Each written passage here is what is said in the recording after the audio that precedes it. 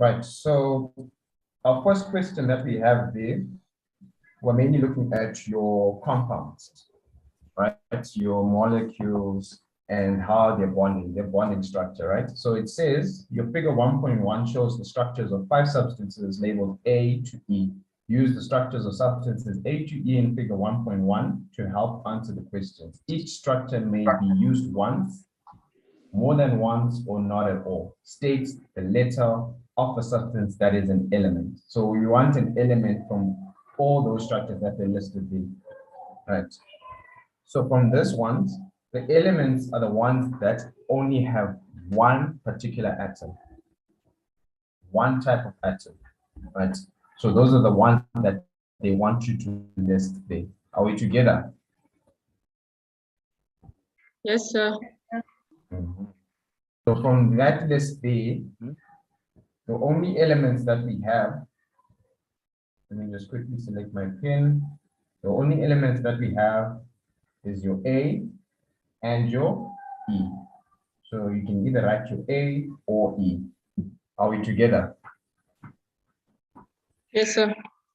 Okay. So A, this is a Buckminster fullerene, right? It has only carbon atoms. It only has carbon atoms. I think it's called an allotrope, right? And then your E, that's your diamond structure. I think that should be familiar to most of you. Are we together? So also that only has one type of atom. It only has carbon atoms joined through a tetrahedral structure. Are we together? So your answer should be A or E. We move on to part 2. Again, please just make sure you all can see my screen and it's zoomed in properly. If you can't see, just let me know by raising your hand in the chat box. Right, so we move on to part 2, a molecule with a V-shaped structure. So which molecule has a V-shaped structure from your substances that are listed there? Right. D. So if you said B, how many of you said B? Let me just admit chance. D. Right, so the answer is D. Are we together? The answer should be D, your water, right, your H2O. Right, we move on to the next part, a gas that turns damp red litmus paper blue. A gas that turns damp red litmus paper blue. So from that, you should already know that this is a base. It's a basic gas. Are we together? So your answer should be B, your ammonia. Are we together? Yes, sir. So that's that part. Now they ask you use a dot and cross diagram to draw the Bohr structure of B. To draw the Bohr structure of B. Right. So with the Bohr structure, what do we know about the Bohr structure?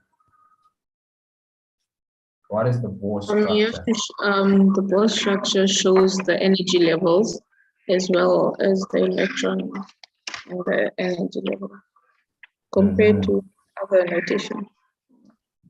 Okay. Right. So it's the one way it shows the last energy, what is it called? The electron shells, right? So you have your nitrogen at the center, right? And then we have the electron shell altogether. And then this here, we can see that it's bonded to 3 other hydrogen atoms. Are we together? So let me quickly change the color of my pen. Then we now have your hydrogens on either side. Right. How many electrons does nitrogen have? How many electrons does nitrogen have? Let me quickly admit this, guys. How many electrons does nitrogen So I have? think it is 5 in the outer shell. 5 in the outer shell, right? Right. So I know for a fact my hydrogen only has one single atoms like that, right? And then my nitrogen, we have 1, 2, 3, then the other two will be up to the. Are we together? Yes, sir. Mhm. So my structure should look something like that. Sorry. It should look something like this. Does that make sense? Yes, sir. Yes, sir. So once you draw, please indicate the difference between your hydrogen electrons and the nitrogen electrons. So with the nitrogen, if you can see there, I used my red and my cross to represent the electrons for the nitrogen atom. And then I used the blue dots for the hydrogen electrons. So you need to be able to distinguish that when you're drawing your structures, especially when you're showing your bonding. Right. So if you did that, you get your 2 marks. Right. Are we all together? Do we understand that part? Yes, sir. Yes, sir. Yes, sir. Right. If we do, we move on to the next question. Right. Let's quickly zoom in. Right. So the next question is saying a structure A represents C60, meaning that it's got how many? 60 carbons in it. An allotrope of carbon, which is a nanomaterial. State the name of structure A. I think I already mentioned the name. So if you're listening, you should have got the name. What is the name of your structure A? Minster Buckminster Yeah. Fullerene. tolerant. Yes, Buckminster Fullerene. Right, so you should always try to get the spelling correct as well. So it's Buck. Sorry for my handwriting. Buckminster. So there should not be an E, an R. Let me just erase this part. Buckminster.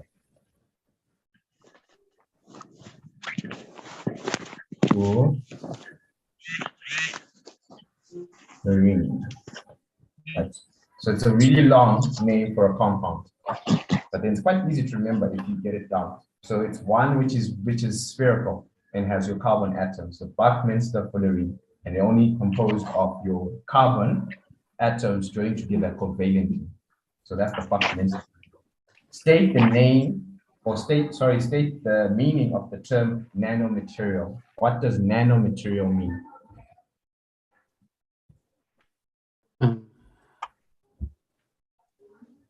What is a nanomaterial? Materials that are very small and range in the size between 1 and 100 nanometers. Great. So these are material with particle sizes, material with particle sizes between 1 and 100 nanometers. Nanometers.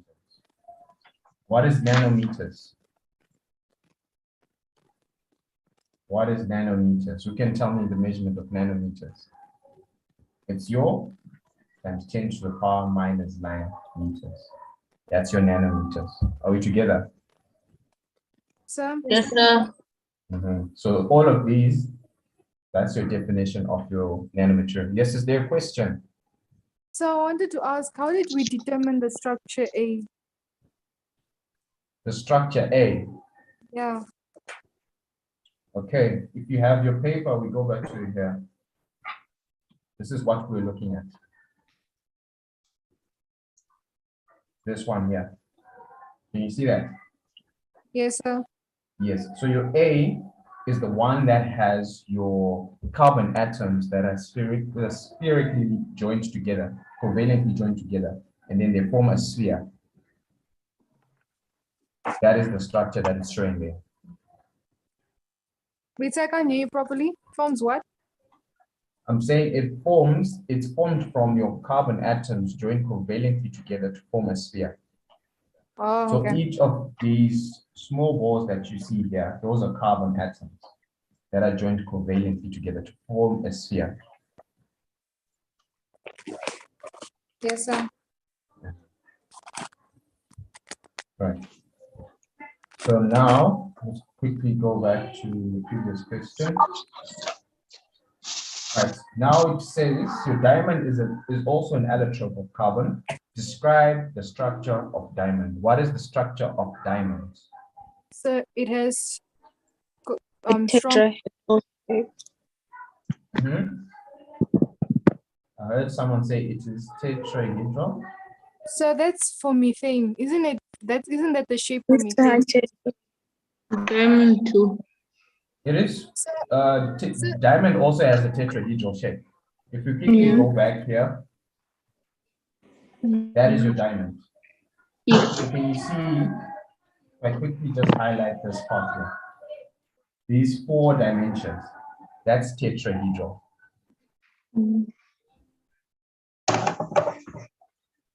okay. Yes.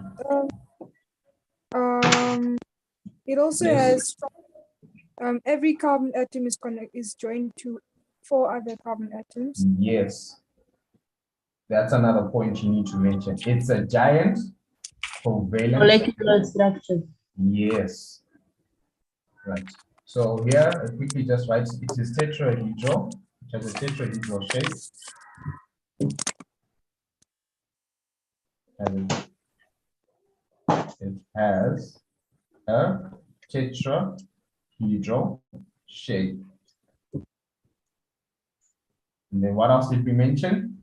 The fact that it's a giant covalent lattice. A giant covalent lattice. Do you understand that point? The fact that each carbon is connected to 4 other carbons. It forms a giant covalent lattice because they are covalently joined together. Are we together? Yes, sir.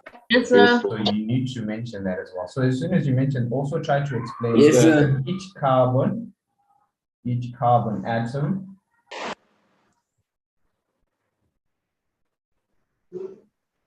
is joined to 4 other carbons. Are we together? Yes, sir. So that's your answer there. So it's just 2 marks. If you mention any of those 3 points there, they give you a mark. Right. We move on to D. Figure 2.2 shows a simplified structure of a soap molecule. Right. So you've got your ionic part, right? And then the hydrocarbon part. Can So sir here- please, can sir Yes. please go up a bit? Okay.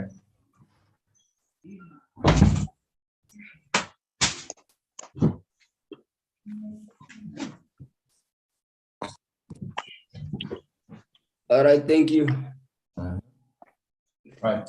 So we're moving on to D part 1. Right. So with this one, here, they're showing us the structure of a soap molecule. Right.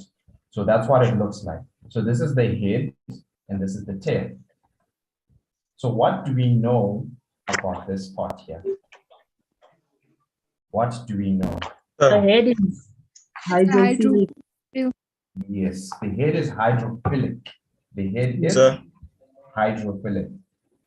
The head is hydrophilic. Yes, Mauritius? Sorry to disturb. Can sir quickly show the answer for C1? All right. Let me just quickly write this down and then I'll show it to you. Okay. It's C1, this one there. Yeah. What is that? Buckminster fullerene. Okay, let me quickly write it down. Just quickly copy it down and then we can quickly go back. So I was mentioning the structure of your soap molecule. So your head is hydrophilic. What does hydrophilic mean? So So it we know the means hydro part is Done. water. Overlapping. it's also in water. Yes. Yes, exactly. It's attracted to water, right? So it's Cancel. water loving. Okay, thank you. Right. So we know hydrophilic means that it's water loving. So we know this is the part that will dissolve in water. Are we together? Or attract the water molecules? Yes, Mhm. How about the tail? hydrophobic. Hydrophobic. Yes. The tail is hydrophobic. And what does hydrophobic mean? So it means that it doesn't dissolve in water, or it's not able to, it's rather repellent with water. Yes. Water hating, right? Yes, Right. So now, remember your organic compounds, they don't dissolve in water. So this part, your tail, let me just quickly change the color. The tail of your soap, this is what dissolves the organic molecules. Are we together? Or attracts the organic molecules of your dirt. Right? So your fats, such things like that, that's how they attracted to the tail of the soap, the hydrophobic part. And then this part attracts the water. So when you're rubbing, this takes up the dirt, soaks up the dirt, right? And then the water is attracted by this part. And then when it is washed off, it all is washed off with the water. Does that make sense? Yes, sir. We all get that point. No, sir. Hello? Did you guys get my point? Can you guys hear me? No, sir. All right, so I was explaining that this part, the tail, the head, sorry, the head, the ionic part, we know ions, they dissolve in water, right? So this is the water-loving part, the head, right? So this attracts the water. And then the hydrophobic part, the hydrocarbon part, as it's seen there on the diagram, is the one that attracts the organic molecules, your fats. So remember, your fat is the one that has the fatty acids, your glycerol, right? So it attracts that part. Water cannot dissolve organic compounds. So that's why this part functions to attract the organic compounds, your dirt, your fats. So when it attracts that and then you wash, this has mixed with the fats and then this has attracted the water and then they all go into water now. Does that make sense? And then it is washed off. Does that make sense? So Yes. now, shouldn't that be the answer instead of writing describing No. the structure? That is part of the Because- answer. Yes. So it's You And have then- to mention so- that part. and then this causes the emulsification to take place. This causes This causes emulsification to occur. the emulsification to occur. Yeah. I don't think it's emulsification. It is not emulsification. You're Because not breaking look, down the fats. No, in terms of now the water and the fats together, the soap molecule acts as The a, soap molecule and the fats together. yeah. Because listen, there's no breaking down here. The only thing that's happening is that the fats have been attracted to this part, right? Through your hydrogen bonds. Are we together? And then this part has attracted the water. So they're now together through those two connections. Does that make sense? Yeah. So now when you wash off, your fats are connected through the hydrophobic part, the tail. And then the head is connected with the water, such that when you wash out your water, the fats move with the water because of the hydrophobic tail. Does that make sense? So as I'm saying, the last point there should be that your fats are now what? Are now joined or washed off with the water. So you're echoing. Joined. I think someone's connection, let me see. Is that okay now? Yes, sir. Okay. So the fats are now washed off with the water joined via the tail. Are we together? Yes, sir. Yes. Is I there a have a question? Let me question. see that. Yes. Is this the answer? Yes, that is the answer. So you first need to mention that your head is hydrophilic, it attracts the water. Then the tail is hydrophobic, right? Water hating, but then it dissolves or rather attracts the organic compounds, your fats. That's how they sort of take the fats into solution or attract the fat into the water because of the hydrophobic tail. So, but aren't we just describing the structure of the soap molecule like this? Yes, but then that is required for you to be able to answer why the fats are able to be washed off. You need to know the structure. So you need to explain via explaining the structure of your soap. Okay. That's why they mention it in the diagram. So you're sort of using with the aid of the diagram to answer your question. Okay. Does it make sense? So they'll probably give you 1 mark for mentioning the hydrophilic and the hydrophobic. And then you need to mention how the fats are washed off.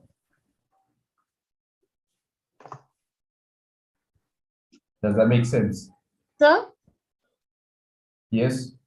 if you say that water acts as an emulsifying agent and explain what an emulsifying agent is, will they give marks?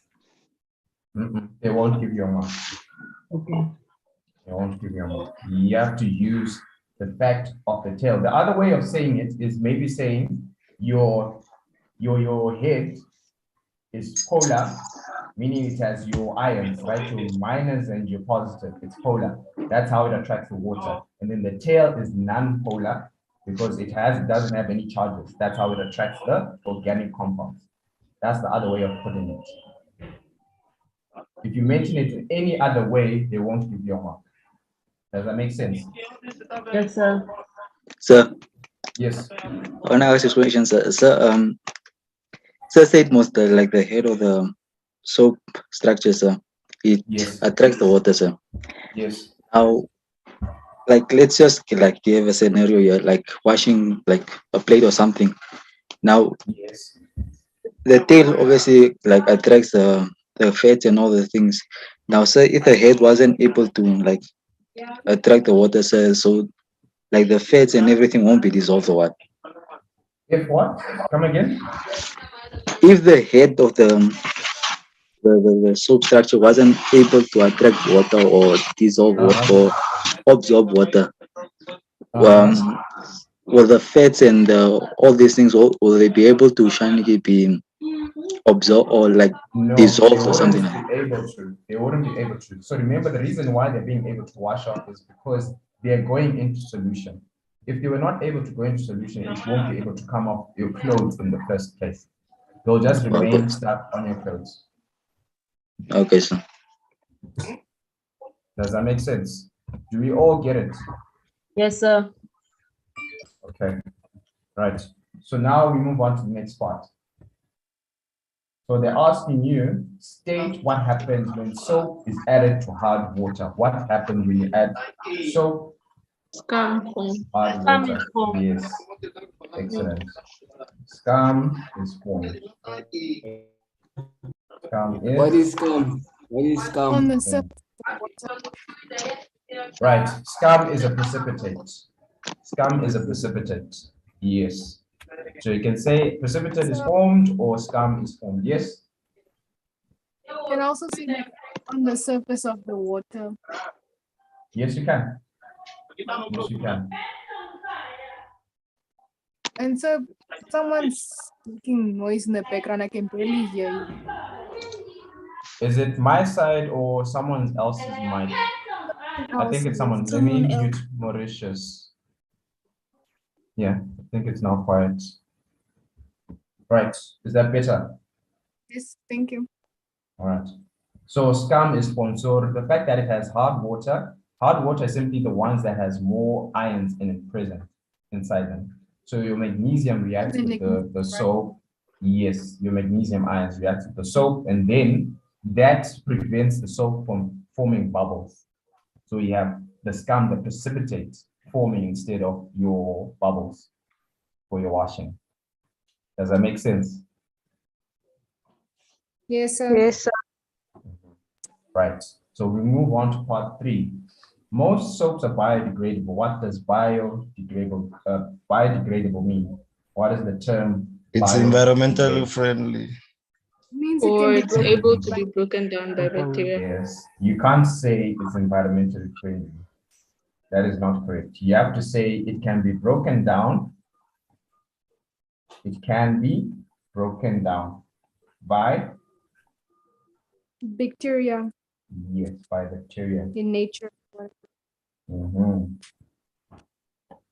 It can be broken down by bacteria or microorganisms. Are we together? Yes, sir. Right. So that's the answer for that one. Please do not say it's environmentally friendly. That you have to mention that these things biodegradable. You have to mention that it can be broken down or it decays. Are we together? Yes, sir. Right. Sir. Move on to the next. Yes. What if you say it can be broken down by natural processes of decay? They could give you the mark. They could. The fact that you mentioned it's broken down, they would give you the mark. Okay, sir. Right. So let's quickly move on to the next question. Right. So this one, as you can see, they've given us periodic table there, right? And it's saying only some of the elements are shown. State the names of 2 transition elements shown in the diagram.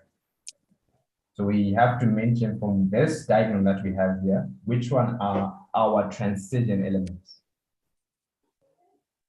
Copper and iron. Vanadium. Yes. So we've got copper. Let me just quickly select my pen. Copper. The one digit Cu. And then your iron, which is the Fe. The other one is vanadium, right? Is it? Yeah. The V. Right. So any 2 of those 3, then they give you your 2 marks. Are we together? So they're the ones that are part of the D block, the transition elements between your groups. Are we together? I think we all know where the transition elements are. Yo, someone's listening to music. Right, so let's move on to the next part. State the name of an element which is in period 3 of the periodic table. Which one is in period 3? Magnesium. Sodium. Yes. Sodium. So any of these in this period right there that I've marked. So remember the periods are the rows. Are we together?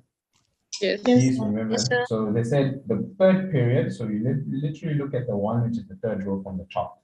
So sodium, magnesium, sulfur, chlorine, your argon. So you can give any of those, right? So your answer is your sodium. Sorry. Right, sodium, magnesium, sulfur, chlorine, and argon. Right. So remember, they ask for the name. If you write the symbol, you will get it wrong. Please write the name of the element. Do not give the symbol as it's shown in the periodic table. Right. Yes, Are we together? Ask, Sam, Yes. when they ask certain topics in the alternative to practical type of papers, do you think they would ask that specific topic again in like the paper 2? If they ask specific questions, where? If they ask specific topics in the alternative to practical question paper, would they ask other topics, or would they like use that, or would they? Do you think there's a possibility that they could ask that same topic in this paper too? Very possible. I think the one that they ask a lot of questions is the paper two. So meaning that if you saw that topic in paper three, there's still a huge chance you'll see it in paper two. Yeah. So paper two, they include a lot of topics. Okay. Right. Right. Part three, describe the trend in the electronic arrangement across period three. Going from left to right, the atomic or proton number increases, and one extra electron is added to the same shell. Is that correct? So they all have the same number of shells? Yes, they all have the same number of shells. Do they? We've got Yes, sir. 1, 2. I think the Yes. answer that I can say is that they increase. Going from left to right, the number of outer electrons increase. Can you see that? The number of outer shell electrons.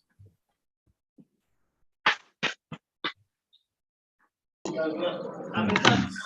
Isn't that for all of them? Come again?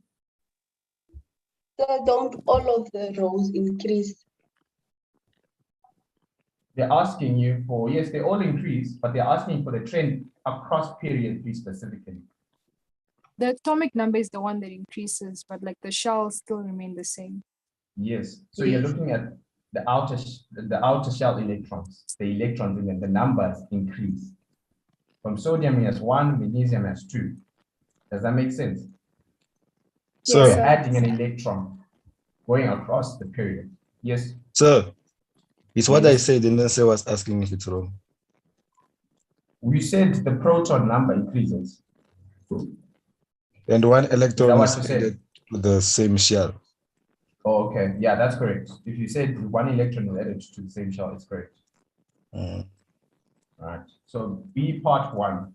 Describe the electron arrangement of the atoms of group 0 or group O elements. They have a So full outer shell. you've got the They have a full helium, outer shell. neon, argon, and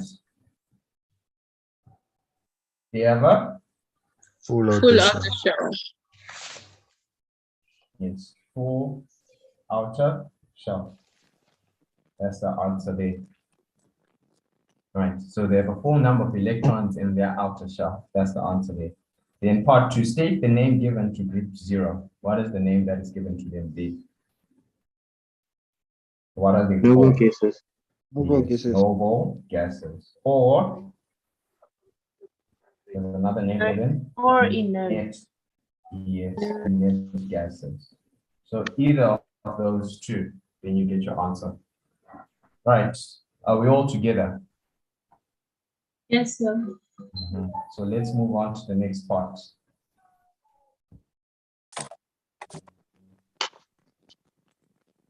Right. So number 3, we're now looking at your stoichiometry. Right. Number 3 is asking, okay. Number 3 is asking, figure 3.1 shows 4 terms and their definitions. Match each term with its correct definition. 1 is done for you. So you've got your relative atomic mass being the ratio of the average mass of the atoms of the naturally occurring element, 1:12, over the mass of a carbon-12 atom. Right. So what is a mole? You want to be able to show Amount the of definition. substance containing approximately 6.2 times. So you draw your line connection to that last box there, right? Then how about your concentration? Mass per unit volume. Mass per unit volume. So you go up there. So remember your concentration is equals to your N over V, right?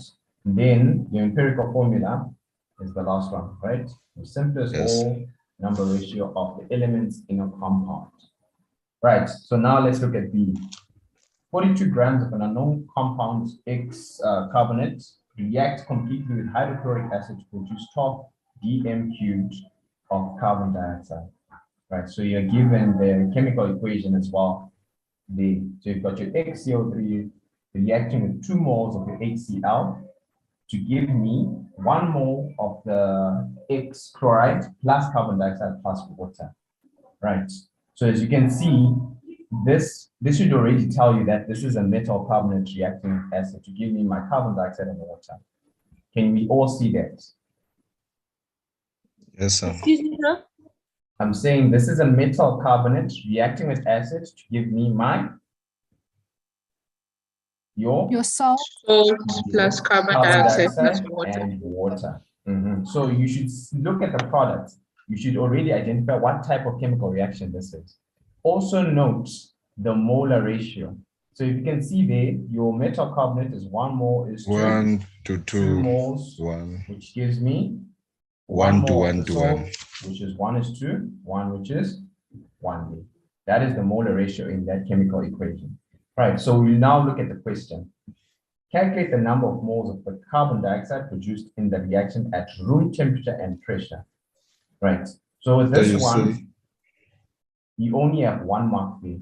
So you know you're not doing a lot of working. Are we together? Yes, sir. So what is my answer? 0.5. 0.5. 0.5. Are we together, guys? So, So your N, you use the formula N is equals to your V over 24. Since we produce 12 dm cubed over 24, this equals 0.5. Right. So that's that answer there. Are we all together? Anyone who's lost? A little bit. Where are you lost? Okay. So let's go back Is it to right? the Is it right equation. if sir repeats again? Yeah, it's fine. I can repeat. So look at the reaction. Read the question. So they asked you, this reacts, the metal carbonate reacts with hydrochloric acid to produce 12 dm cubed of the carbon dioxide, right? So we know we produced 12 decimeters cubed of my carbon dioxide, right? So I'll quickly put my 12 dm cubed there. Now they're asking you calculate the number of moles of carbon dioxide produced in the reaction at room temperature and pressure. So we know from our stoichiometry, 1 mole of every gas will always occupy 24 dm cubed of volume, right? But then in my experiment, as they told me, it only produced what? 12 dm cubed, right? 12 dm cubed. Does that make sense? So how many moles of that gas Sir. do we have? Sir. Yes. There's background noise. I think that should be, yeah, it's been muted now. Thank you for that. Right. So you can see there, your 12 dm cubed, we've got less of the amount compared to if 1 mole of a gas occupies 24. How about 12 dm cubed? That's exactly half, right? So you simply say your 12 divided by 24 times the 1 to give you the number of moles, which would be 0.5. That's how you work it out with proportion. But then you can use this formula that you guys have seen, right? With A number of moles equals to your V, the volume of the gas produced over 24, right? Coming from the fact that we know 1 mole of every gas occupies 24 dm cubed. Are we together? Does that make sense now? Yes, sir. Yes, sir. Right. Now we move on to part 2. Determine the number of moles of your X carbonate used in the reaction. 0.5. Exactly. So I was about to mention the fact that it's 1 mark, right? We know there's not a lot of working that we're doing. So since we already produced 12 dm cubes, we know in the reaction we produce 0.5 moles of my carbon dioxide. So I simply use my ratio of your XCO3 is to your carbon dioxide, right? And yes. I know it's 1:1, right? Based on my mole ratio. So therefore, it will be 0.5 moles again. 0.5 moles of your X carbonate will react with your HCl to give you 1 mole, 0.5 moles of your carbon dioxide, since the molar ratio is 1:1. Does that make sense? Yes, sir. Says of our is that hydrochloric or I don't know. It's 1 mole. Yes, it'll be one more. So you simply multiply the 0.5 by 2. Right. Now we move on to part 3. I hope we're all together.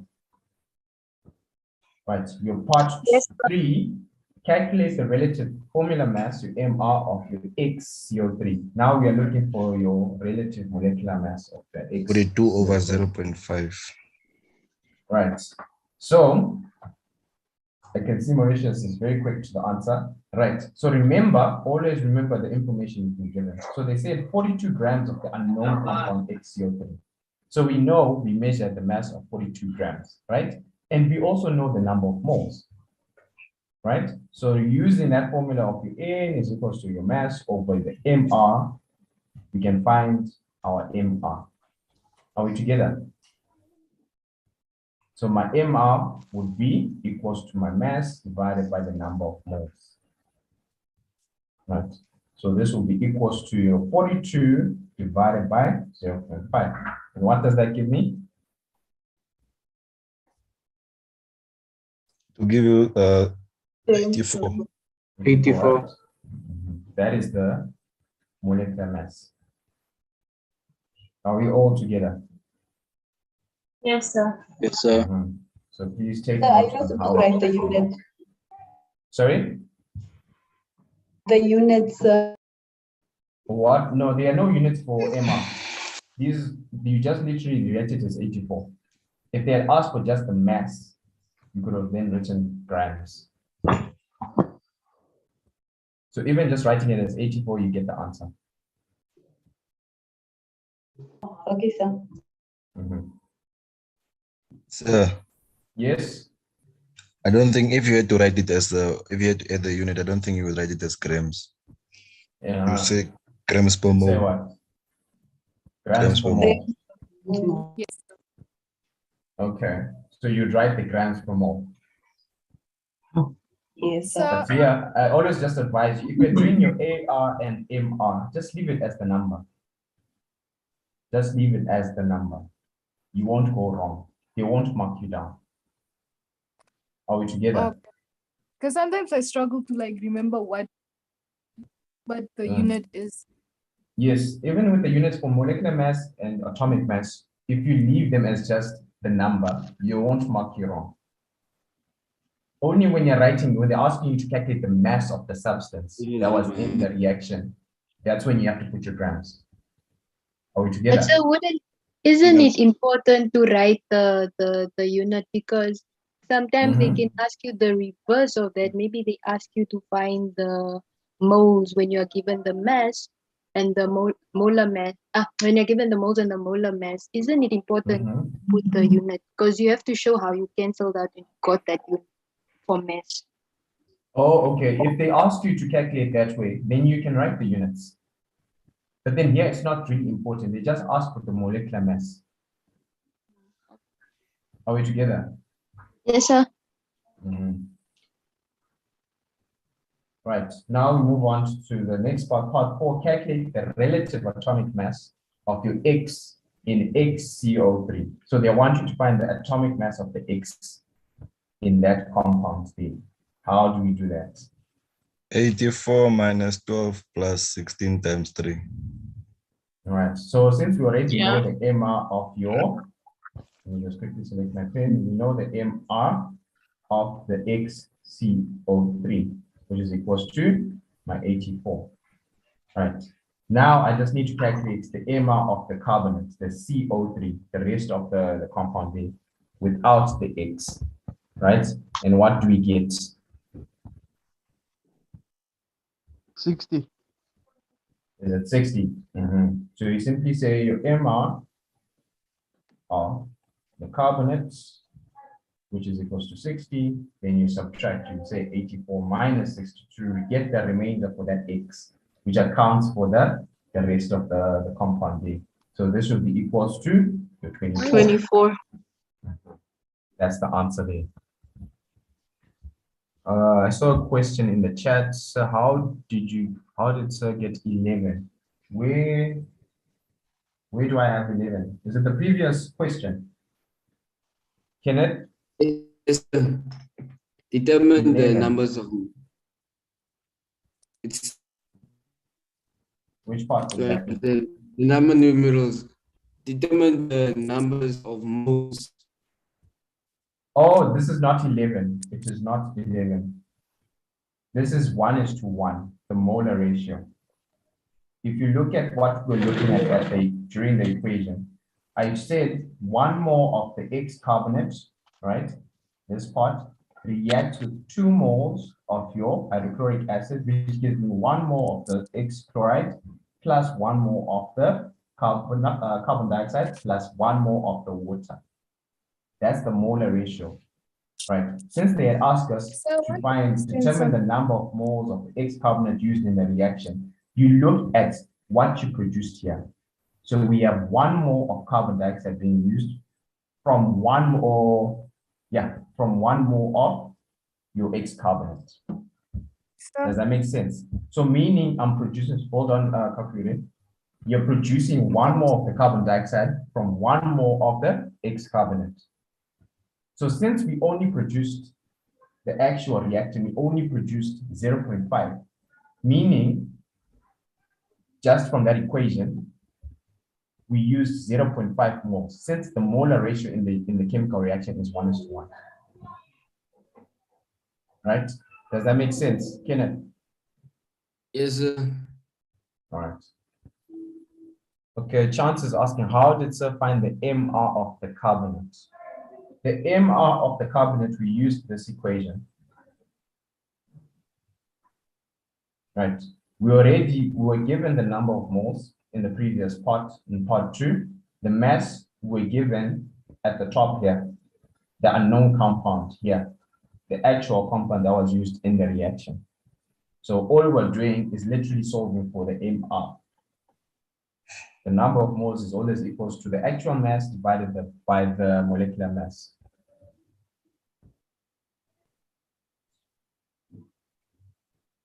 Are we So I together? don't wait. Let me quickly see something. Which part don't you understand? Where did Sir get the 60? The 60. Okay, let's quickly go back here. All right, so the 60 is the MR of the carbonate. So if you quickly look at your MR of carbon, so we want to calculate MR of carbonate. Carbonate, it contains carbon and 3 oxygens. What is the atomic mass of your carbon? It is 12, right? 12. Plus your 16. MR of the oxygen, which would be 16 times 3, right? 3. So if you work all of that together, it should give you 60. So you're simply adding up the atomic masses of the carbon and the 3 oxygens, right? So it'll be 16 times 3 since there's 3 oxygens present there. So, the previous question, can you please give me the previous question? Can you please give me the formula for AR? The formula for AR? Yes. I can't hear you. Yes, sir. AR is simply looking at the atomic mass of atom that you get from the periodic table.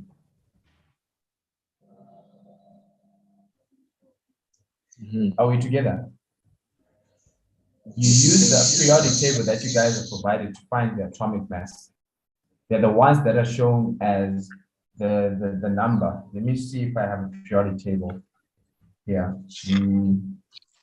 But it doesn't have a formula, what? The atomic mass? No, it doesn't. It does have, sir. What is the formula? It's just like for the compound, for the MR. Oh, that's what I've been explaining here. The MR, the molecular mass, you was asking about the atomic mass. So Yeah, with your molecular mass, right? Molecular mass, you're adding up the AR in the compound of the individual carbon. So for example, here, if you have the MR of the carbonate, right? You're going to add up the AR of carbon plus the AR of the oxygen. right? Since the 3, you multiply by 3. Is that what you're asking? Me, sir. No, I forgot who was asking the question for the formula of the molecular mass. I was asking about AR, sir. Yes, that's what I explained, but AR, you get it from the periodic table. It's provided in the periodic table. That's where we're getting the 12 and the 16. So it's just, these are the masses of the carbon, the 12, and then the 16 is the mass of the oxygen, one atom. But since we have 3 of them, we multiply by 3 to get the molecular mass. Does that make sense?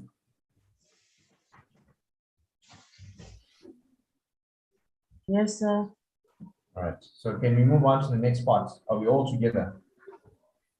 Hey, so fast. Am I moving too fast? You're allowed to say if I'm moving too fast. It's just joined now, sir. We just joined now. Yes, sir. Yeah, unfortunately, we've covered a lot of questions. I'm not too sure where you might be able to get the solutions. Maybe Okay, Mr. so Frank it's will fine. share I'll just the. get help from someone after the class. All right, excellent. Right, so let's move on, But guys. just wait there. Just hold on. Let me just quickly write it down. You can take a screenshot. Okay, sir. So, Yes. so what Okay, is I got element them. X? What is? Element X. Element Magnesium. X. Oh, yes. Before I move on, we haven't finished the question. Thank you for that. So, right. So now we know the atomic mass of X, right? It's this 24, right? Now we can use the periodic table. We use the periodic table to find which one weighs 24, which should be magnesium. Magnesium.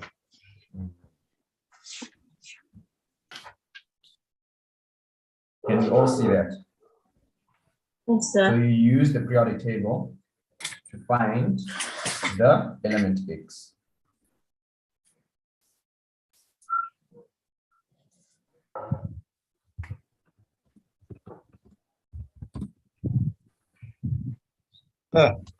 Yes. I forgot how I found the magnesium, sir. How you found the magnesium? Yeah. What do you mean you forgot? Isn't Like we I already answered we the know? question paper. Excuse me? Isn't we already know the mass, the atomic mass of the X element? So you know it's 16, eh? But on the periodic What is table does 60? not. Excuse me? What is 60?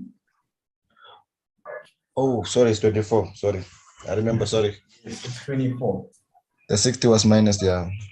Yeah. Right, so can we move on? Yes, sir. Yes, sir. Let's quickly move on. Right, we're now on number 4. Right, number 4, let me just quickly zoom in. Number 4 is asking you, during electrolysis, ions move in the electrolyte and electrons move in the external circuit. Reactions occur at the electrodes. A, figure 4.1 shows the apparatus for the electrolysis of molten lead to bromide, right? So we have the electrolysis of lead to bromide there, right? So this is the electrolyte. Right, so this here is your electrolyte. Right. Then you have the electrodes, the negative one and the positive one. Which one is the cathode? Which one is the anode? The anode is a positively charged electrode, and the cathode is a negatively charged. Correct. Right, as you can see, it's being heated there. So that it's in order to melt the iron so that they're able to move. Are we together? Yes, sir. So it's asking, they explain why solid lead to bromide does not conduct electricity, but when molten, it is a good conductor. Solid is not, there are no free electrons when solid bromide is, or how do you say, sir, something to do with it being solid, because solids are tightly packed, therefore there's no electron movement. Yes, so you need to mention the ions. The ions cannot are not free move. to move. Exactly. Ions cannot move in solids. Are we together? Yes, sir. And then in molten states, Electrons. they are free to move. Excuse me, sir. Ions. I'm saying in molten state, the ions are free to move. Oh. Sir, Yes, can you also write that they are not good conductors of electricity? they've already told us that. Sir, They've already told us they're not good conductors of electricity. So you're just Sir. repeating their point. They won't give you a mark for that. Yes. is it correct if I write because solid lead bromide does not conduct electricity in solid form, but it does when molten or dissolved in water because the electrons are delocalized? No, that's not correct. You're almost as if you're repeating the point that they've given you.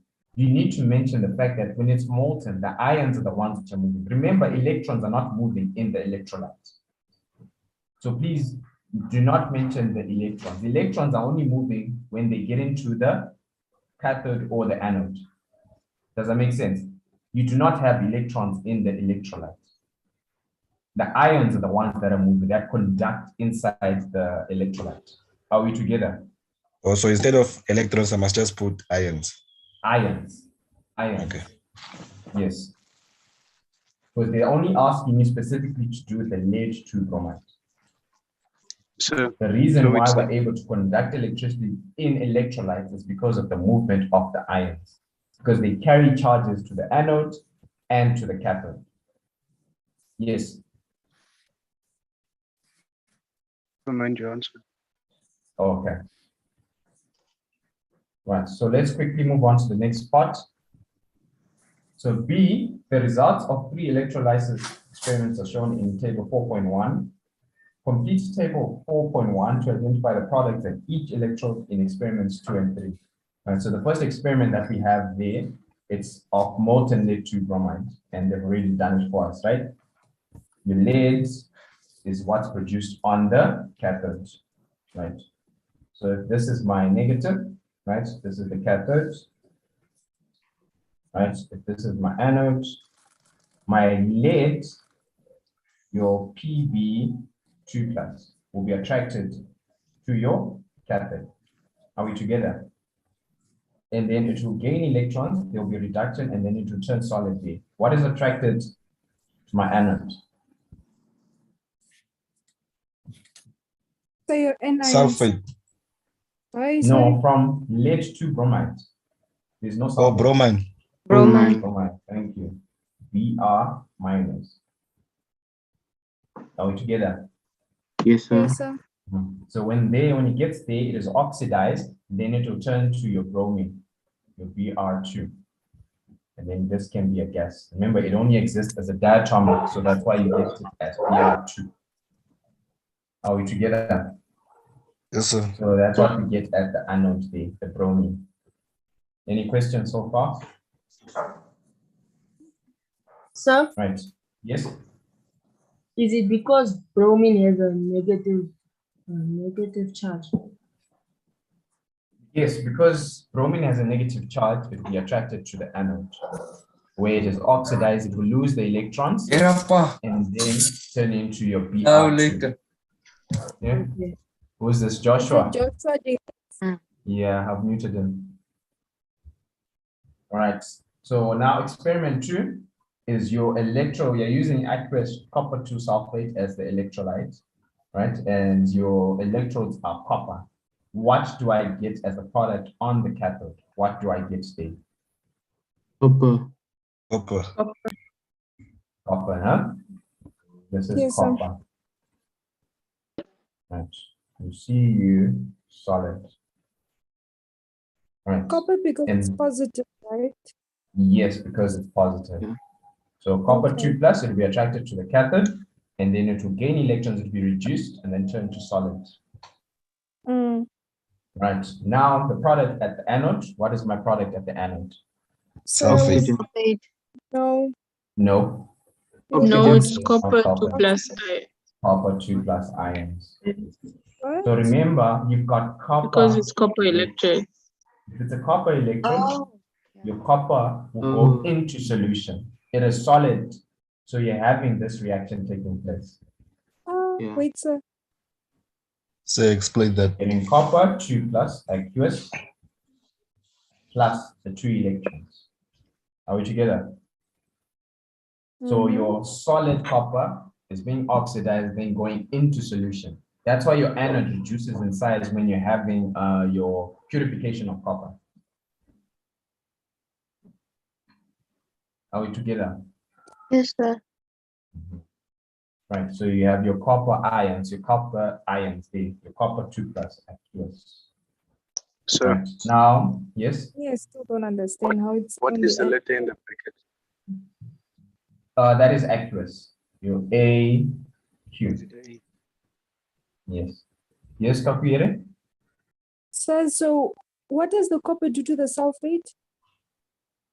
What does the copper do to the sulfate? Yeah. In order It's for not it to really get- doing anything. In order for it to do what? in order for the electrode copper to now be deposited onto the anode. Right, I'll try and draw the experiment for you. So here, let me quickly just erase this. Right, I'll draw the electrolyte. Let's see. So does the electrolyte being used also have an effect or like also play a role on what Yes, goes it plays to a the role. F- what goes to the- Because that's where you find the copper 2 ions. Right, so I'll just quickly draw. So we have my anode here, then my cathode. So this here. This is positive. Let me make it the other way.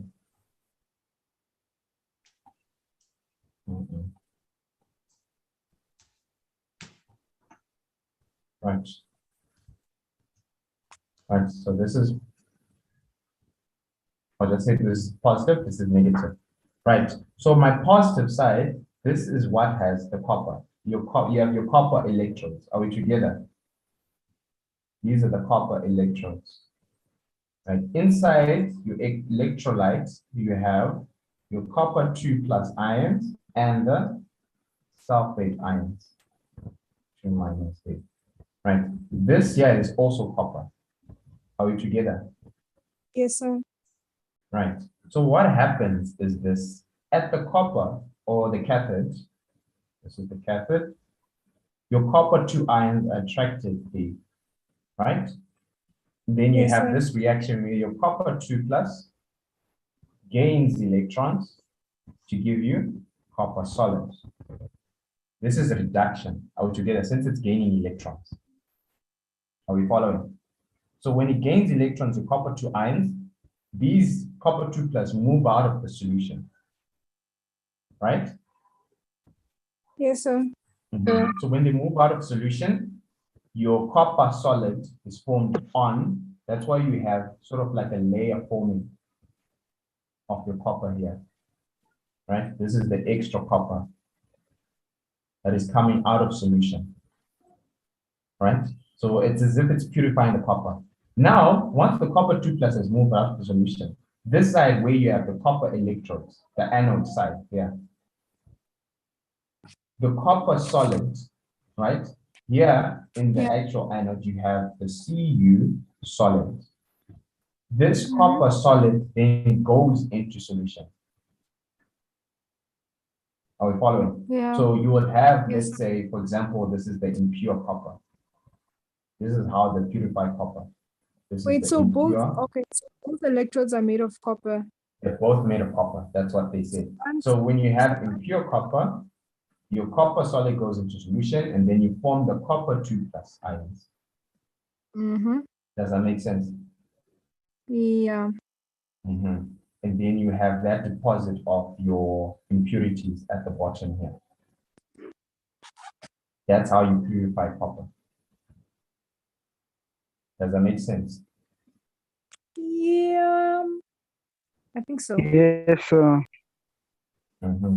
So, Right. okay, So wait, just could you- look at, yes.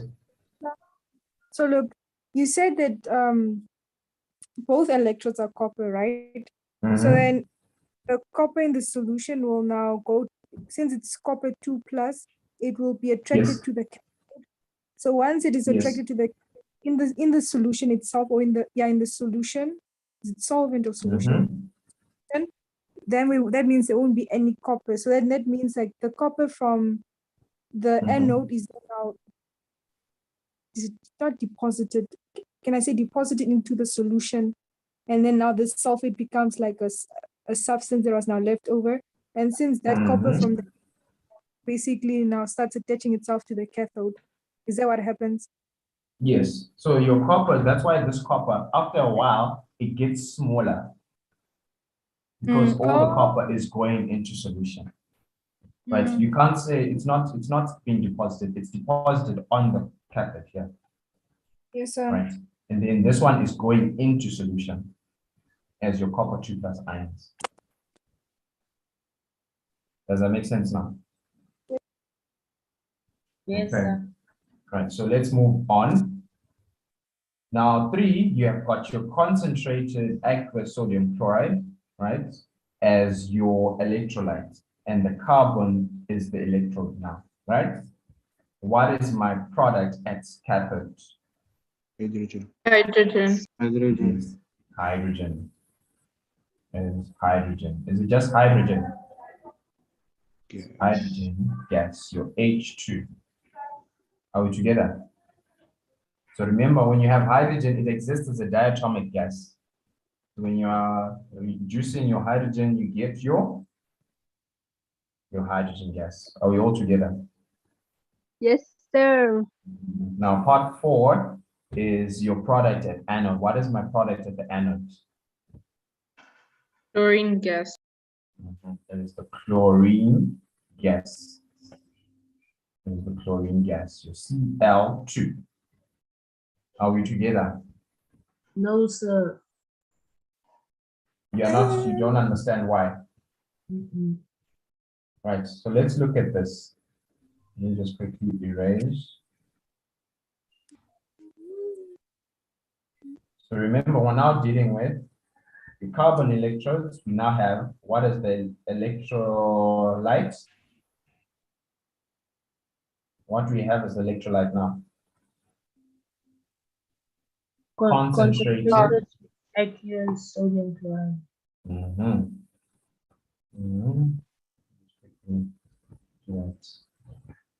Right.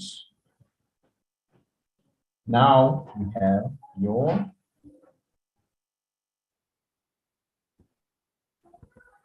let's quickly draw my electrodes.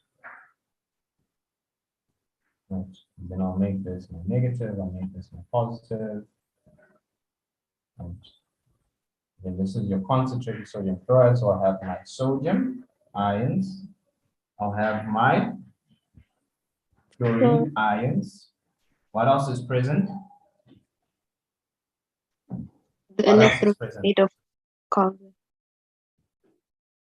These are carbon. This is my cathode. Right? This is my anode. I'm saying in the electrolyte, what do we have? So remember, it's concentrated. It's concentrated. Sodium chloride. Yes, we have concentrated sodium chloride, but then the fact that they said concentrated, we know there's very little water present. Are we together? Yes, sir. Now, when you have this in this scenario, you know your cations, the sodium and the hydrogen, will attracted this side, right, to your cathode. Are we together? Yes, then sir. the OH minus and the Cl minus to that side. Are we following? Yes, sir. Now, so in this case like this, you have concentrated sodium chloride. When it's concentrated, the H+ ion is the one that is reduced at your cathode. Please take note of that, right? For you to get your hydrogen, right? So you have such a reaction where it's H+. So we should take note of what? You're in concentrated sodium chloride, your electrolysis of concentrated sodium chloride. Your hydrogen ion is the one that is reduced at the cathode. So you have your H+ ion. Dilute. Sorry? If it was dilute. Come again, I can't hear you. If it was So I'm dilute. asking if it was dilute. If it was dilute, you now have different products, but I think it will be on the different one will be the, what is it called? The anode. Are we following? The only difference would be the anode, I think.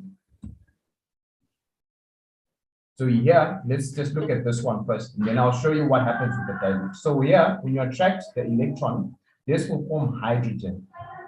Right? The fact that it's forming hydrogen gas here, it has to be 2H plus and 2 electrons here. Are we together? This is Yes, what's sir. happening at your cathode.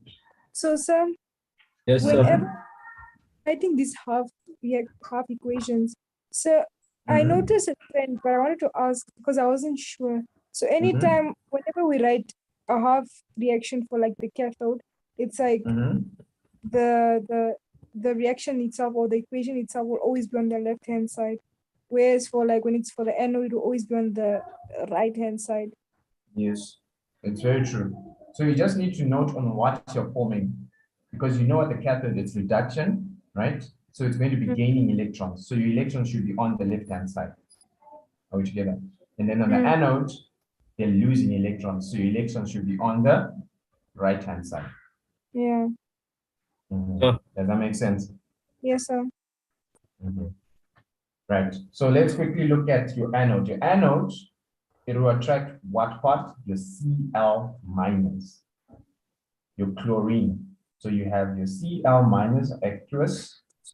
Since it's losing, you do that, you form your chlorine gas plus the what? The 2 electrons that it lost. Right. So meaning here it has to be a 2 as well. Does that make sense? Sir. Yes, sir. Sir, yes.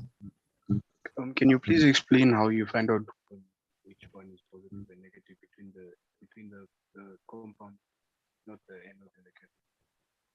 Sorry, I lost you there. Your mic just went low. Can you explain which one you find out is positive and negative between the compound? Or between the compounds? Like how you have sodium chloride. Sorry, let me just mute this person. Your sodium chloride, which one is positive and which one is negative? Yes. Okay. So we know if you look at your ions, sodium, what is it? Is it a metal or is it a non-metal? If you're talking about sodium chloride, is it a metal or is it a non-metal? We know sodium is a metal, meaning for it to become or for it to react, it has to lose an electron. Does that make sense? So when you have sodium, this sodium will lose an electron based on where it is in the periodic table, right? It's in group 1. So it will lose 1 electron. It has 1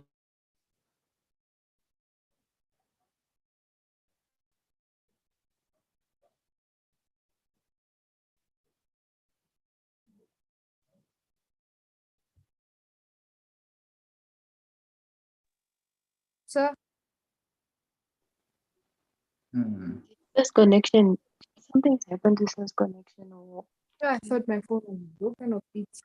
is it you or me? There's a lot going on.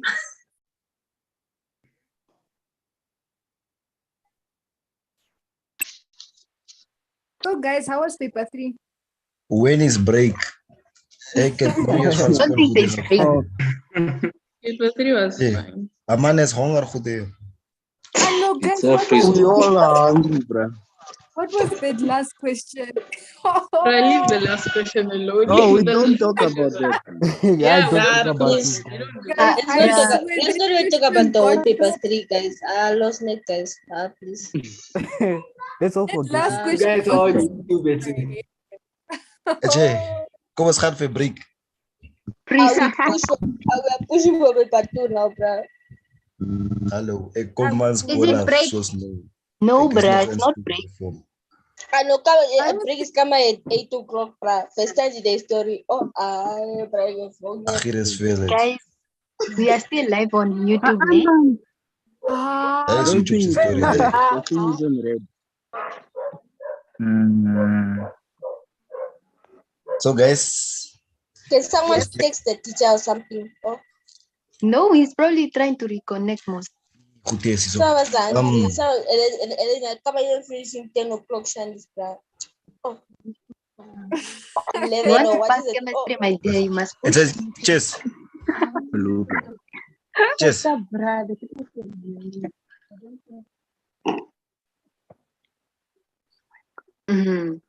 Chess. So everyone, can you hear me? Yes, sir, we can hear you. Right. Sorry about What that. can My Masakin? internet just went down. Let me just share my screen and then we can continue.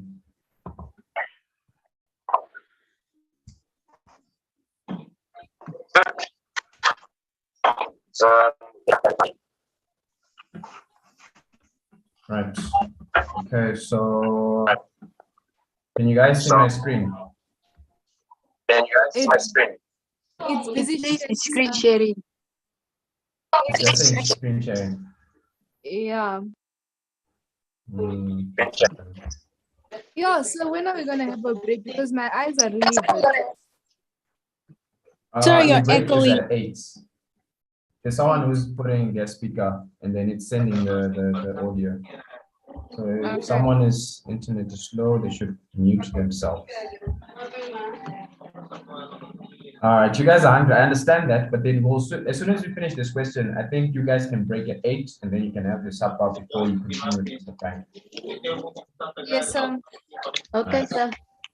Excellent. Right, I don't know what's happening here. I'm trying to share the screen, but it's refusing. Let's see.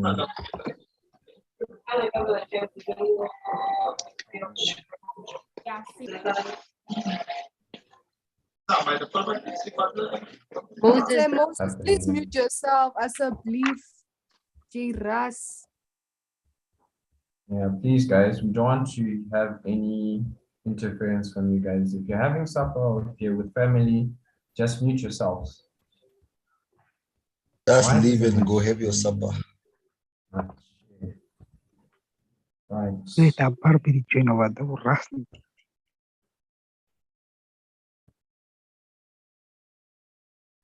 You want to say care?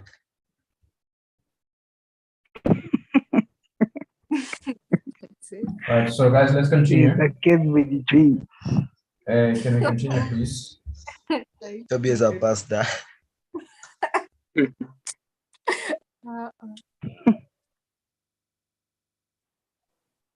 Right, let's continue. Right, from here, when I was explaining, you said you have your chloride ions, right? And then you have this 2Cl minus being oxidized, right? So you can see this is your reduction, right? And then the oxidation there, right? So those are the two equations that's happening there. That's why we get hydrogen gas at your cathode and chlorine gas at the anode. Are we together? Are we together, guys? Yes, sir. Yes, sir, we are together. Right. So the next part now, I wanted to explain if it's dilute. If it's dilute, what you get. All right, so let me quickly erase this part.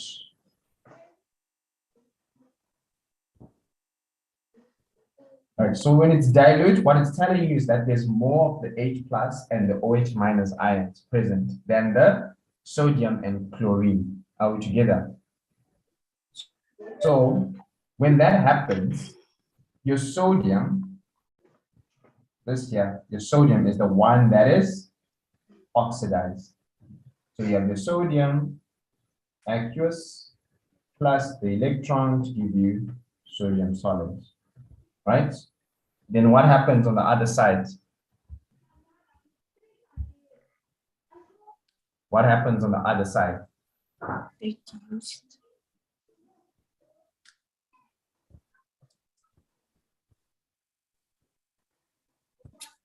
What happens on the other side?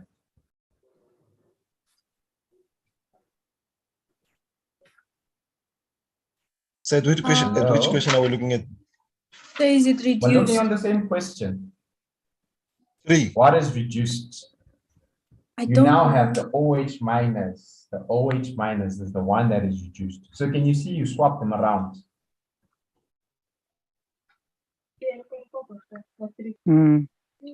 You now have the OH minus ions being reduced, not the chlorine. Are we together? Yes, sir. So that's So how you're it's swapped based on the dilute and the concentrated. So concentrated sodium chloride, you always get your H plus ions being reduced on the cathode and then the Cl minus being reduced on the anode. Please take note of that. Wait. Sir. So Yes. in what form are the OH So minus ions? What form are the? OH minus ions, like what state of matter? Or what state of matter? They're going from OH minus, so the aqueous, and then when you reduce them and oxidize them, they lose the electrons. The fact that it has that hydrogen present, you now give off the hydrogen gas. Are we together? So when you have OH minus ions being attracted to this side, So the OH minus aqueous. So I think you should explain that whole process again. yeah. So Which because also want to process? ask Like where the, what is this? What goes to the what and does Yeah, because I'm also confused. Now just because Okay. So can I quickly ask something before Say explains? Like, Okay.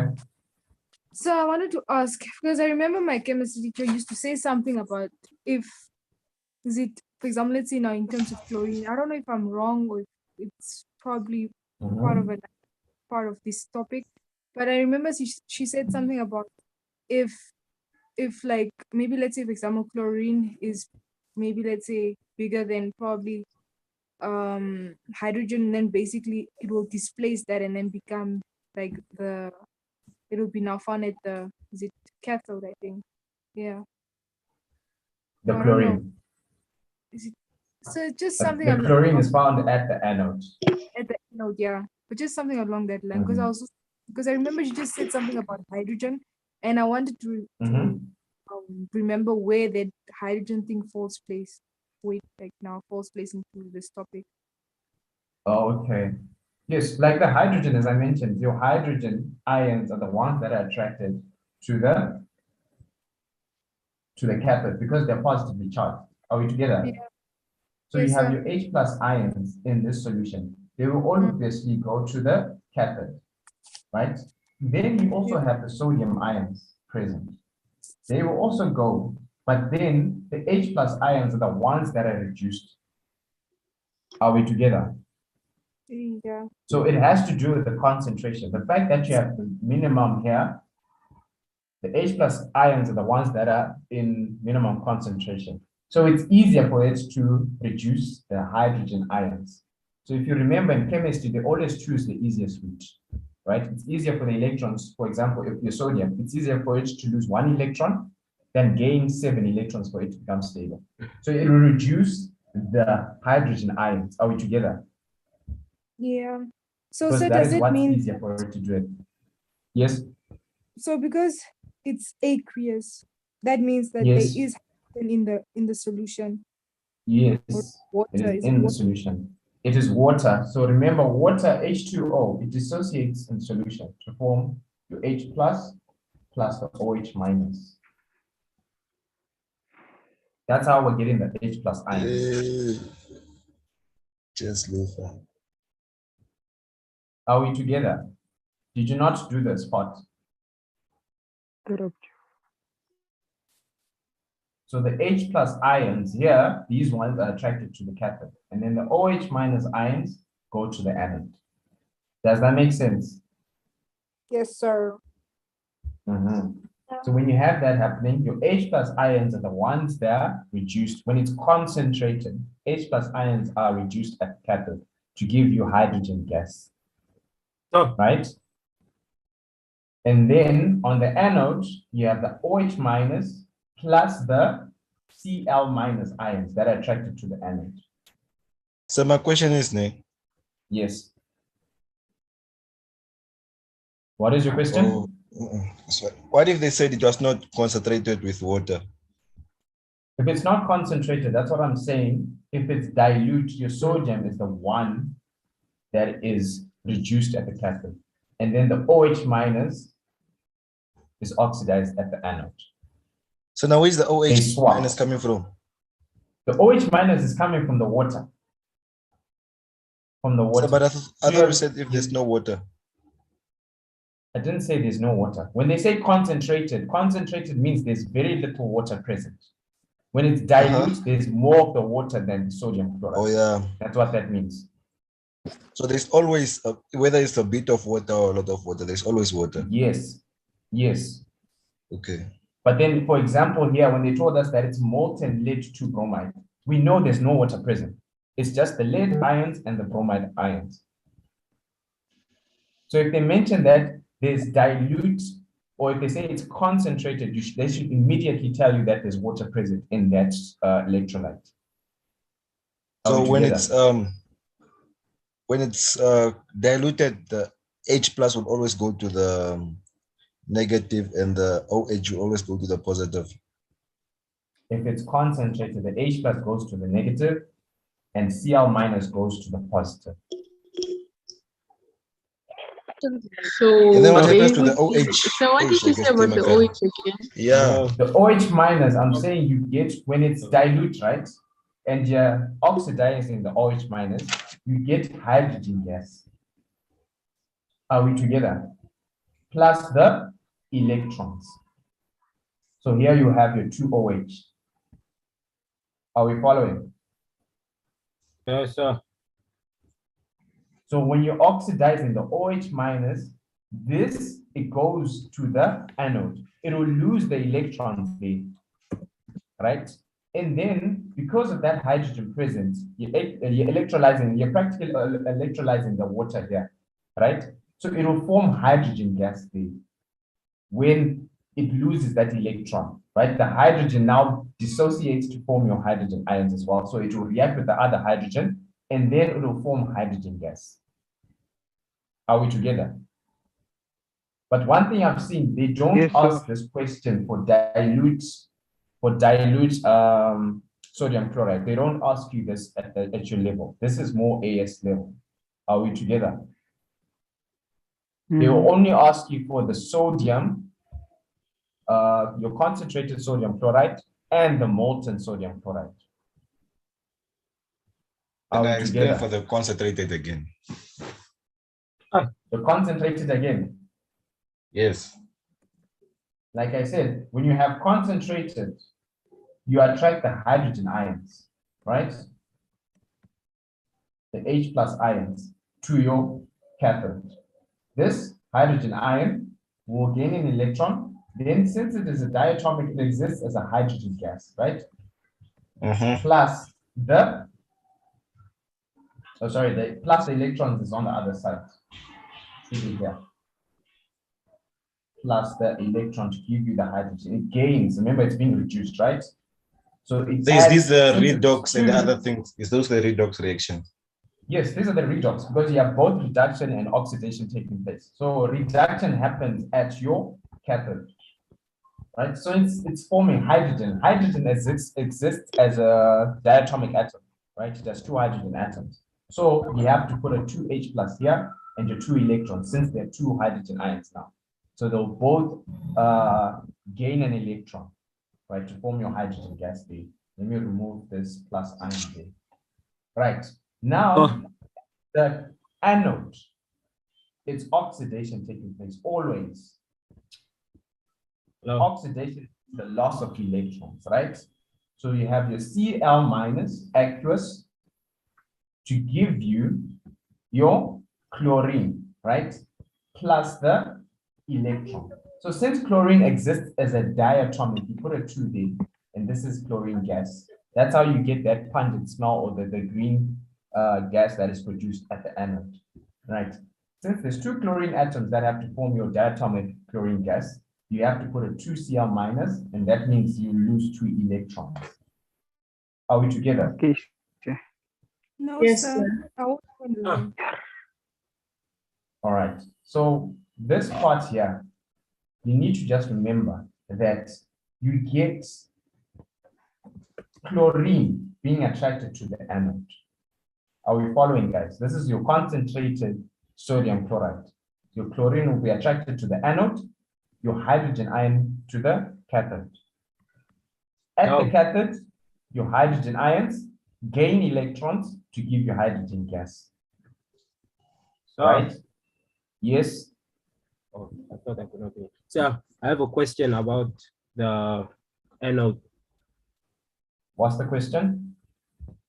So, because I was reading something online and it said something about the reactivity series, and if the metal is like more reactive than hydrogen, then hydrogen is formed. But if the metal is like less reactive than hydrogen, then the metal is formed. So I wanted Yeah, to Then that the is, metal is formed. that is what Which I part wanted is to it? ask. Is it true, sir? When the metal is, come again? If the metal is more reactive than hydrogen, then then hydrogen is formed. But if the Hydrogen metal gas. is less reactive than hydrogen, then the metal is formed. Then the metal is formed. So that is what I was trying to ask earlier. Okay, so when you have here, we're looking at hydrogen and sodium. So we have to look at the reactivity series. What is the Yes. reactivity series? How do we go? Who knows the reactivity series by head? I think you guys expected to know that. Potassium. Potassium. Sodium. Potassium T. Sodium. Lithium. Magnesium. Calcium. No, lithium, sir. Lithium. Calcium. No, wait, hold on. Hold on. It should be calcium after sodium, right? Yes, sir. Mm-hmm. There's lithium somewhere there, but I just It don't should know be what it is. lithium Isn't after lithium sodium. before calcium, sir? It's Lithium sodium then before? lithium. I don't have lithium on my reactivity series. It's potassium, sodium, calcium, right? Let me just quickly use Magnesium. Magnesium. then magnesium, right? Potassium, and then what else? Sodium, calcium, magnesium, and then what else? Aluminium, copper, carbon, carbon, Zinc, iron, iron, Hydrogen. lead, hydrogen, copper, hydrogen, then what? No, it's lead before hydrogen. Lead before hydrogen, huh? Yes. Lead, Pb, then what else? Hydrogen, Hydrogen, copper, Silver. silver, and gold. silver, gold, and platinum. Right. So you're saying based on this reactivity series, based on the reactivity series, you now look at which one is more reactive presently. So we have sodium and hydrogen. Sir. Where do we find sodium? Sodium is up there. And then where is hydrogen? It's down there. Sir. Right. So can you see sodium is more reactive than hydrogen? But then in concentrated, we still electrolyze the hydrogen ion, not the sodium. Are we together? Because they're the ones in short supply base. Are we together? Sir. Yes.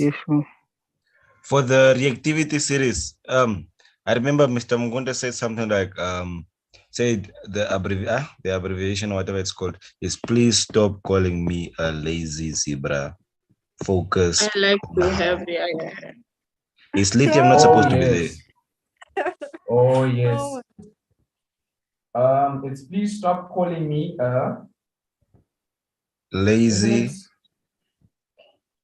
Lazy. Or crazy. I'm not too sure. I think it's please stop calling me a careless zebra. Oh, yeah, Instead, yeah, try yeah. learning how copper saves gold. Yes.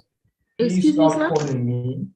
Please stop calling me So give me a a second. careless zebra. Oh, so we forgot tin, which is before hydrogen.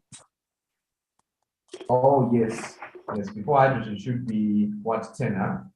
Your team. So it's please stop calling me a careless zebra. Please stop. Calling me a careless zebra. Please Focus. stop calling me a careless zebra. Instead, try learning. Please stop calling me a careless zebra. Instead, try learning. Right, so I'll just How quickly copper. write the first letter. Please stop calling me a careless. Careless. So careless is CA, zebra. Instead, I try learning, LE for lead, how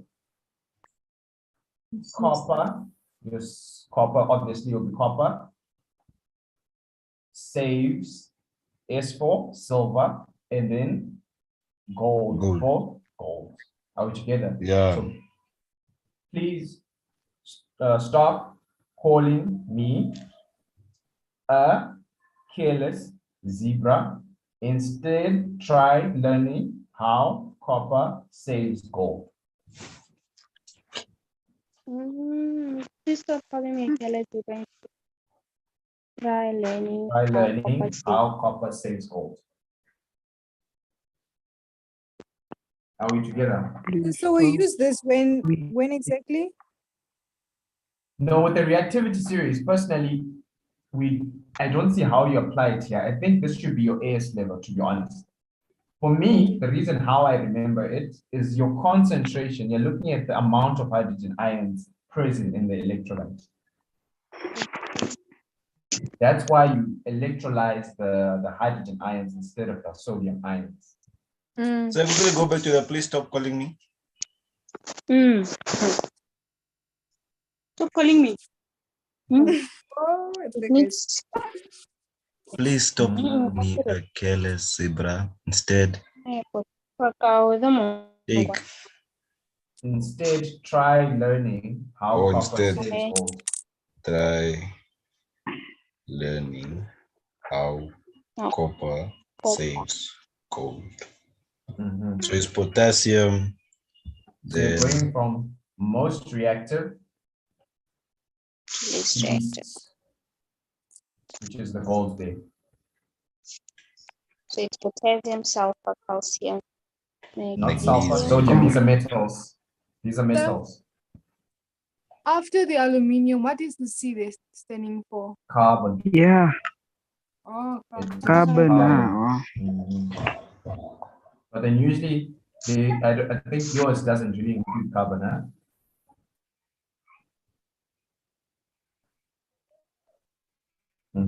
So please take note of that.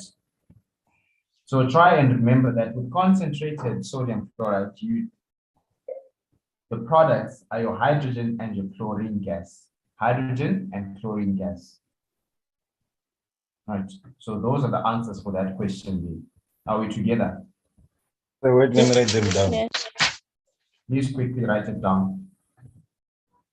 Copper 2 plus. So copper is only copper 1 and copper 2, ne? Yes, there's copper 1 and copper 2. It is a transition element, so it has variable valency.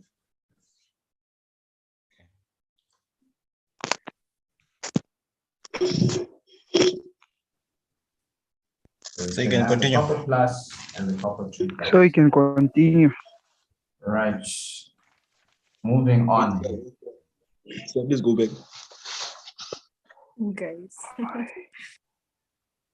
Is the mass to write? goed. Is it a must to write what? Is ek wat die vraag vra, jy moet nie vir my goed hierom sien. They weights the solid. We'll continue. Right. C. We have a fuel cell uses hydrogen as a fuel to generate electricity. The equation summarizes the reaction. We have part 1. Explain why hydrogen is described as a clean fuel. Why is hydrogen described? It does not produce pollution. Want to answer my question? So can I say it's What question are you asking? They were What question are you asking? The greenhouse gas. What's your question, Mauritius? I can't hear you. It's not Mauritius, sir. Is it a must to write solid copper? Come again, you have to speak up. I can't hear you. Is it a must to write solid next to copper? As long as you mention that it's copper forming, you have to state what type. Is it your copper 2+ ions or your copper solid? Because we have copper ions going into solution and copper 2+ coming out of solution. So you have to mention what type of, are you going from copper 2+ ions or the copper solid? You have to mention. So Yes. now to answer your question, can I say that it's reusable?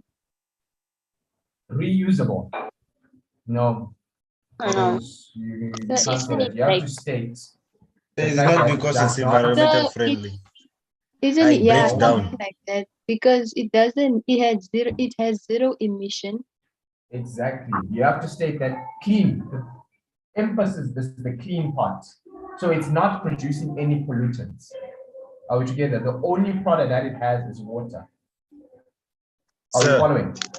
So that's why it's a clean fuel. It does not make any pollutants. Your carbon monoxide, your carbon dioxide, it does not make any of those pollutants.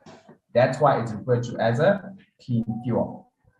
So your answer should be water is the only product.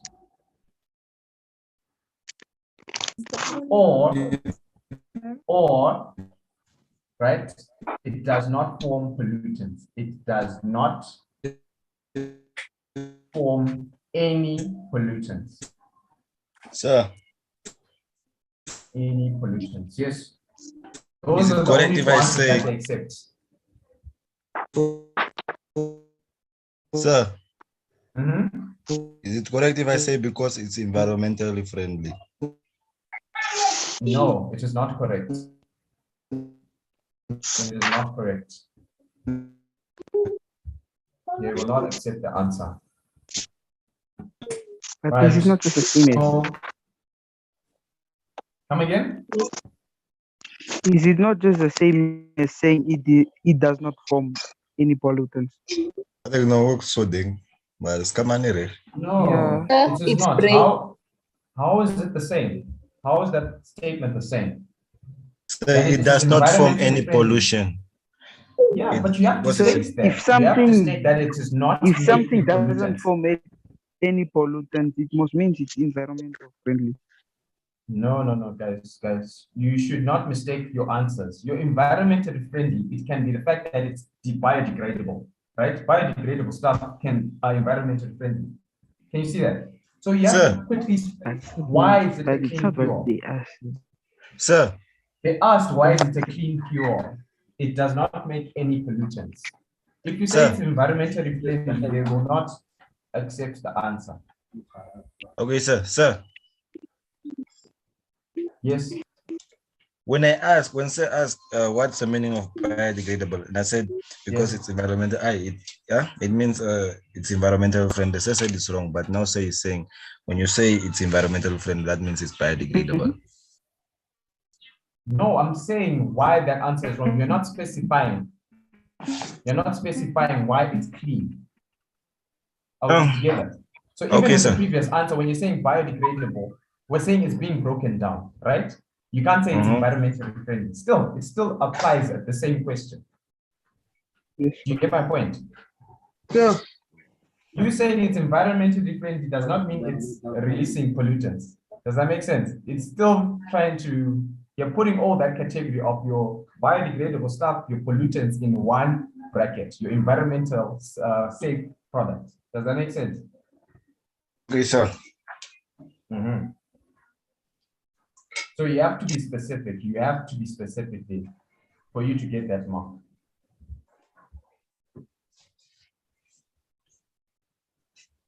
Right. So you guys, your break is now. So after this break, you'll be continuing with Mr. Frank. I think it's from 8 o'clock to 8:30. Jay, Emmanuel.